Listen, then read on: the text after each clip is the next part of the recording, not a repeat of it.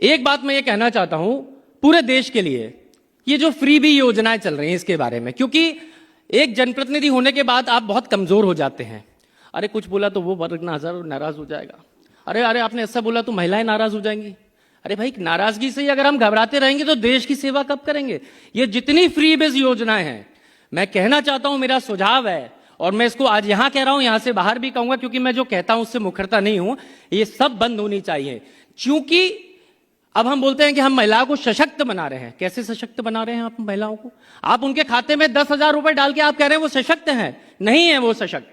मेरा मानना यह है कि चाहे युवा हो, अनएम्प्लॉयड यूथ को आपको सशक्त बनाना है, दीजिए रोजगार उसको। आपको महिलाओं को सशक्त बनाना है, पैसे मत दीजिए। हर महिला के अंदर भारत की काबिलियत है, उसकी काबिलियत का उपयोग कीजिए। क्योंकि एक महान पुरुष ने कहा है, जो आवश्यकता है वही आविष्कार की जननी है।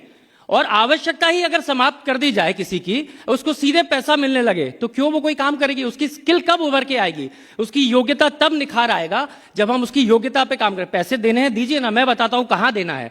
पैसा देना चाहिए एजुकेशन पे दीजिए। आप कहिए कि आपके पास पैसा नहीं है, हम आपके बेटे की फ्री एजुकेशन देंगे। आपको पैसा देना है, कहिए आप गरीब है, हम आपकी हेल्थ पे पैसा देंगे। परंतु ये फ्री रेवड़ी बांटना बंद होनी चाहिए पूरे देश में, हर प्रदेश में, चाहे कोई भी सरकार हो। मुझे लगता है ये एक अच्छी योजना नहीं है, और विकसित भारत के लिए बिल्कुल भी ये एक अच्छी योजना नहीं, हानिकारक है, उल्टा मैं कहना चाहूंगा।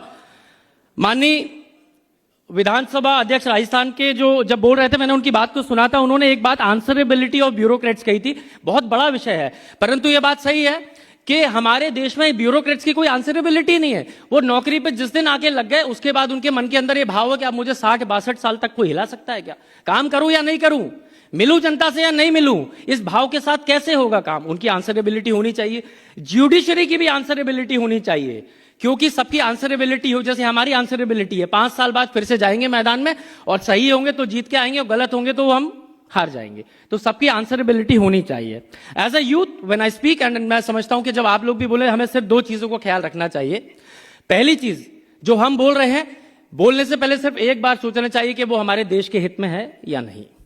और दूसरी बात जिसका हमें ख्याल रखना चाहिए कि जो हम बोल रहे हैं वो जनता के हित में है या नहीं, जिस जनता ने हमें चुन के भेजा, या हमारे देश की जनता के हित में है या नहीं।